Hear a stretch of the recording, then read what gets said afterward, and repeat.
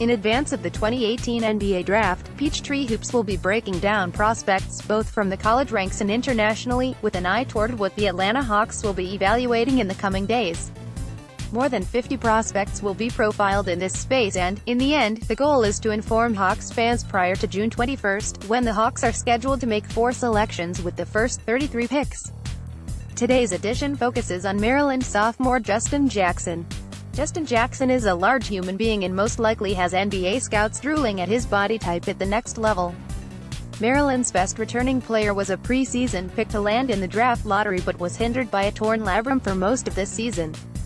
Jackson is expected to be fully healthy for the start of the 2018-19 NBA season and was healthy enough to participate in private workouts, leading scouts to believe he's nearing 100%.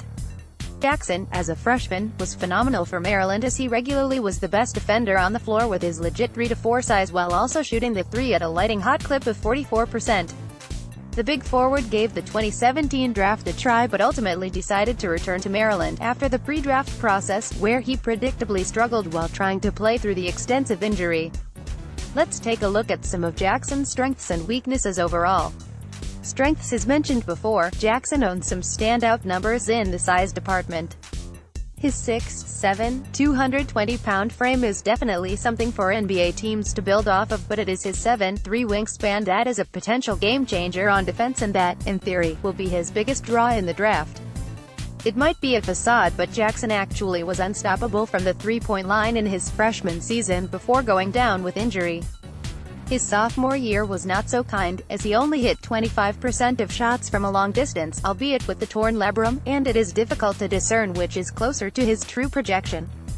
His true NBA three-point shooting path is somewhere in the middle, though the swing could be crucial to his future, but his 3-and-D ability will be captivating should the jumper develop. Jackson is a great rebounder as you might imagine with his size.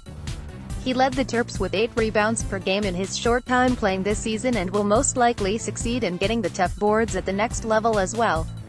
Weaknesses: Jackson is still one of the more raw prospects out there and the extended injury absence does not help at all in that regard. His offensive game, outside of spot-up three-point shots, is somewhat of a mess and his passing ability leaves much to be desired. Even with Jackson's gift for size and tools, he very rarely utilizes it, even with a mismatch. Jackson doesn't recognize open lanes to the basket right away and will sometimes force the jump shot. Overall, Jackson has the body type and, at the age of 21, will most certainly get picked somewhere in the draft.